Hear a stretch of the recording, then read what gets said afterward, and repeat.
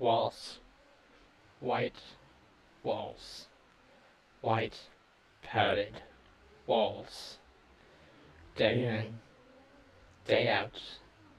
White padded walls. Let me tell you why I see these white padded walls day in and day out. I am, or at least according to several doctors, certifiably insane. Hallucinations, paranoia, schizophrenia, multiple personality disorder. The list goes on and on. I was a normal, working class man, living the American dream. I had a wife and 2 children. My income was high and my debt was low. I had it all. Then things started to go wrong. They started to go in a direction I couldn't even fathom. My wife and I had always wanted to go to the British Isles, but for the longest time, the money just wasn't there. It took 7 years and 2 promotions before we could even begin thinking realistically about it. Anyway, after months of careful planning and preparation, we were on a plane flying over the Atlantic Ocean. Just me and her. No kids, no job, nothing but beautiful scenery and relaxation for 24 straight days. Fast forward a week, having taken in many of the big city sights, we decided to see some of the smaller places out in the countryside. We packed a small bag of essentials and took a cabin to the rural side of England. This is where things started to go wrong. Not the whole world is coming to an end wrong, but it sure felt like it. We came across an old tailor in a moderately decorated cabin. He said he had been making suits for over 65 years. My interest was piqued. I decided to splurge a little bit and buy one. Nothing beats the craftsmanship of a home-tailored suit. After paying for it and calling a cab, a picture on a wall caught my eye. It was old, black and white, mid-50s, maybe. It was a very tall and very slim-suited man standing on a grassy plain. His face appeared to be smudged out. It was old. I didn't think much of it. Even so, something about this picture was unnerving. It gave an odd vibe. It felt almost menacing. I inquired about the photo, but the old man refused to talk about it. That just added to my mental fire. Days upon days had passed, and my wife and I took in every sight, every castle, every grassy knoll we possibly could. But, alas, eventually we needed to go home. Part of us wanted to stay, but we were exhausted. There was no way we could spend any longer there. Our flight back home was vague, as we were both asleep for most of the time. The drive back home was hazy. We just needed to relax. As I pulled into the driveway, something was off. Something just didn't feel right. I got the same feeling when I saw the picture inside the tailor's home. It was a feeling of dread and curiosity. I didn't want to continue, but my mind forced me to.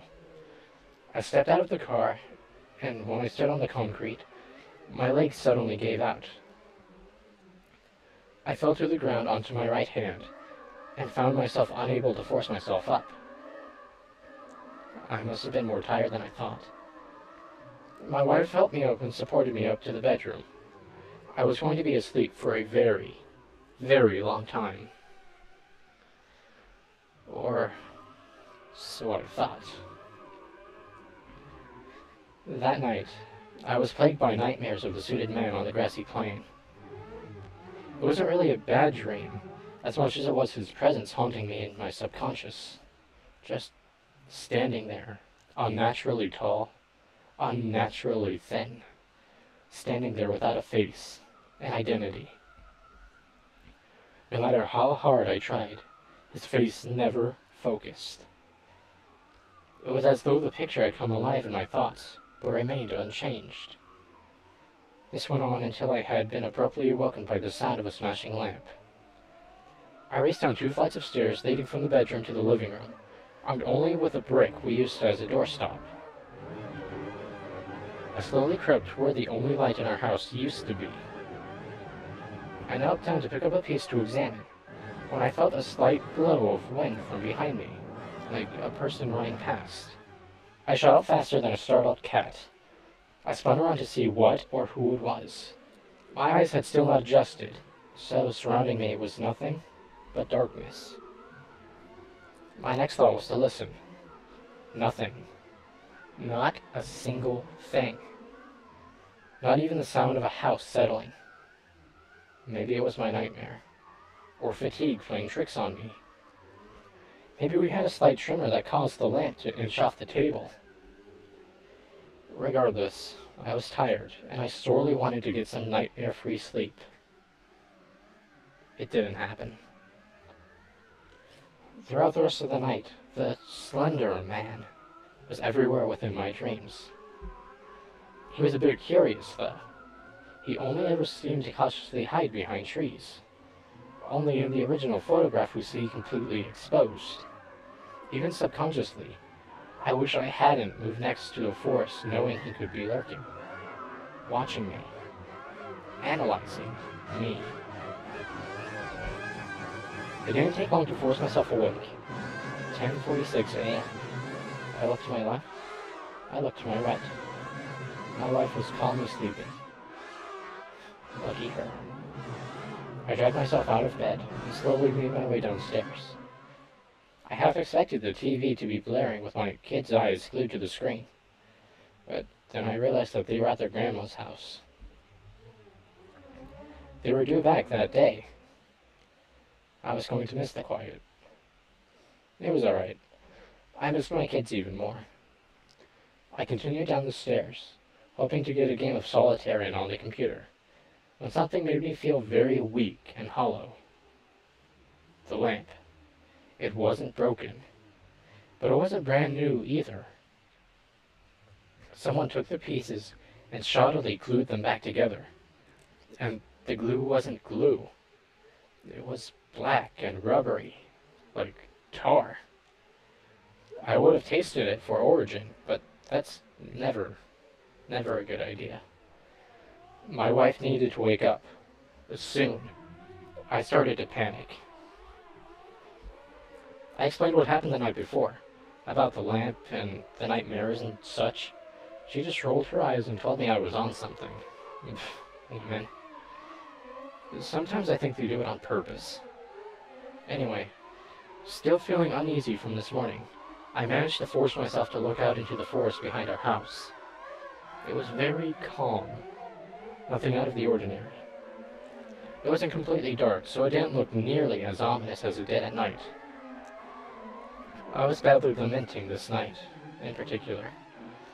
Suddenly, I saw a light out of the corner of my eye that caused me to nearly jump out of my skin. It was just the kids getting dropped off. I swear, I'm thinking too much into this. I couldn't keep my nerves steady half the time. Hours passed. We played with the children, and when we put them to bed, we relaxed on the couch. My wife was asleep on my chest, and I was nodding off. I slowly closed my eyes. It wasn't long before the quiet was broken and my wife and I were woken up. A window broke downstairs. In a panicked flurry, we ran up the stairs as fast as we could. Our eldest son, scared out of his mind, said it came from his brother's room. Without even thinking, I kicked the door in. Only the nightlight in the far corner brought light into the pitch-black room. And there he was, the man from my dreams. The slender man, hovering over my son's bed. Having seen him, I acted without even knowing what was going on. Punches were thrown, long black tendrils whipped all around. The last thing I remember was being held tightly above the ground and thrown against a wall. That's when I blacked out. When I came to, my wife was in tears. I had 3 cracked ribs. My son was gone. The slender man had my son, and there was nothing I could do. But I knew he was going to come back. and that's when I would get him. The rest of the day was full of emotion. My wife could hardly stop crying. My older son was in a constant state of shock. I could barely think straight. I did, however, manage to call the police. I told them my son had been abducted by a man in a long black suit. I kept the details of the tendrils to myself in fear they wouldn't believe me. But that was the least of my worries. I needed to figure out when he would return. The police showed up and took each of our statements. They examined my son's room. They did a quick scour of the forest outside. It seemed not a piece of evidence was found. They began to leave when something hanging from a very high up branch caught their eye. It was a piece of material, black and pinstriped, much like the suit I bought on vacation. I pointed this out to the police and they inquired to see my suit. I gladly showed them the way. When they opened the closet door, what they found was beyond belief. Wrapped in my now tattered suit was my son, completely drenched in blood. He didn't look conscious. Both myself and the police were shocked and disgusted. That's when I blacked out. When I came to, I was in an unfamiliar place. Gray painted walls, a small window on one of them. One exceptionally bland table. Fuck. I was in an interrogation room.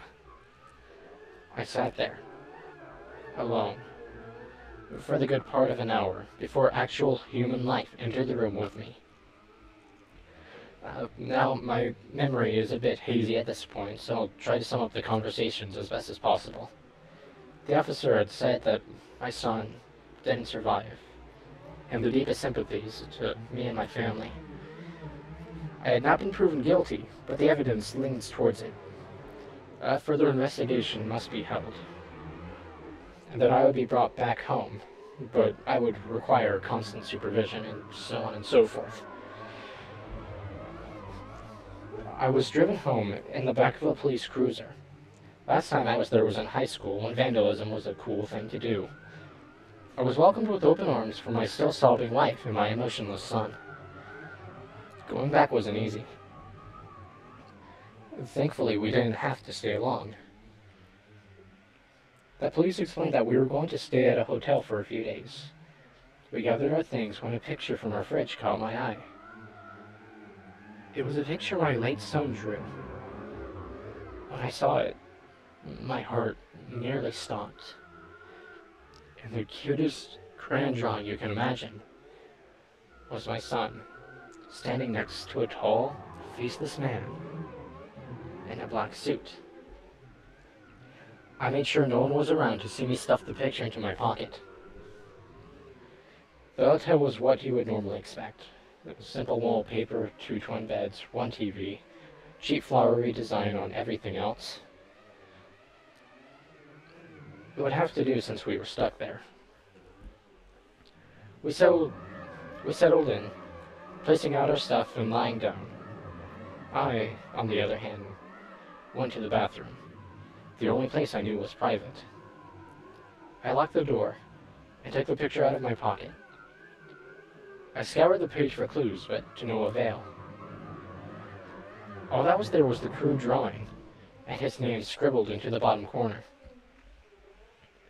The thing that had unnerved me the most was the fact that the Slenderman had no face, no identity, not a single outstanding feature. It rattled me to my core. But I've had enough stress for today. I need sleep. Badly. The night was rough, but I still managed to sleep. Not a single dream with the Slenderman either. Then a banging came from the door. Being half asleep the whole time, it scared the shit out of me. I turned to my right. 4:15 a.m. Oh, heads were going to roll. I dragged myself out of bed and very slowly opened the door. It was the police officer that drove us here. He had a look of panic on his face. He said my son was missing, and nothing clicked. It took me a minute to wake up and grasp reality again. My son's body was missing, snatched right from the hospital. But this time, I knew where he was. I had to go back to the forest. I had to find the remains of my suit. It was the only way to stop the Slender Man. I knew it wasn't going to be easy. I had asked the police officer if he could drive me back to my house, as I had forgotten something. He pondered a moment and obliged. This time, I had been allowed to sit in the passenger seat. The ride there was quiet. I tried to get some sleep, and he didn't start any conversation. When we got there, I was careful to make sure that no one else saw me. I entered the house through the front door and quickly escaped through the back and headed for the forest. It was still very dark out, so traversing the heavily wooded area was not easy. The only light that came through was that of the moon, so I walked, almost blind, hoping to find some scrap of my suit. It seemed to be impossible, until amidst the darkness, I saw a scrap of paper. The white of it stood out like a sore thumb. I leaned down to pick it up, and when I turned it around, what I saw completely horrified me. It was another drawing by my son, with both him and the Slender Man. But this one was different. There were 3 people. A boy the same height as him, an older-looking girl, and another boy as big as the girl. Then it dawned on me. It was us. My family. My son drew us in with the Slender Man. Then I saw a beam of light. It was the police officer. I ran up to him and showed him the picture. I explained that my family was in great danger. All he told me was that there was nothing he could do. He said we should go back to the car and we would go back to the hotel. A million thoughts ran through my head. Should I concede? Should I resist? What I did next is peanuts compared to what was about to unfold. What I did next is peanuts compared to what was about to unfold. But I didn't know, and looking back, I didn't want to. I gave in to the police officer's request, and began to head back to the car. While he had his back towards me, I picked up a fair 6-stone and brought it down upon his head. He staggered a bit and fell to the ground. I took the car keys off him and ran towards the car. It was still dark, but I needed to get back to the hotel.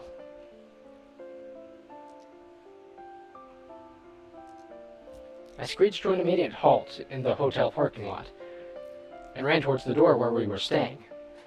I swung open the door to behold the one thing I was trying to prevent. Amidst all the blood that painted the room, were 3 bodies making a circle around the Slender Man. He turned and looked at me. His hollow, non-existent eyes stared deep into me. Emotions I had never felt before, emotions without names, filled my brain and body. It was like he was making me feel everything he ever had, and with an outstretched hand, he only said one thing. One thing that would be burned into the back of my mind forever. Help me.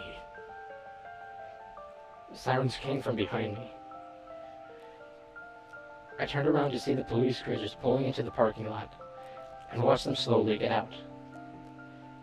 Using car doors as shields with their guns aimed at me, I raised my hands above my head. I slowly looked behind myself to see the Slender Man fade to nothing, leaving only a tattered suit in a heap on the floor. He killed my family. My life would never be the same. And yet, something told me I was never going to see him again. I would never be able to exact my revenge, even if I figured out how to. Everything up to the white padded walls isn't exactly clear to me. I've been told that after they saw me at the hotel with my DNA on the suit, I was the primary culprit. After they arrested me and subjected me to frivolous testing, to which they got nothing more than unintelligible noises, I was submitted to this place. The white padded walls. The same white padded walls I see all day, every day. And no one will know what happened to me or my family. The emotions that were broadcast to me caused me to lose my ability of speech. Now, all I can do is write and draw. I write out the emotions that the Slender Man felt. I draw the things he has seen. They are what keep me here.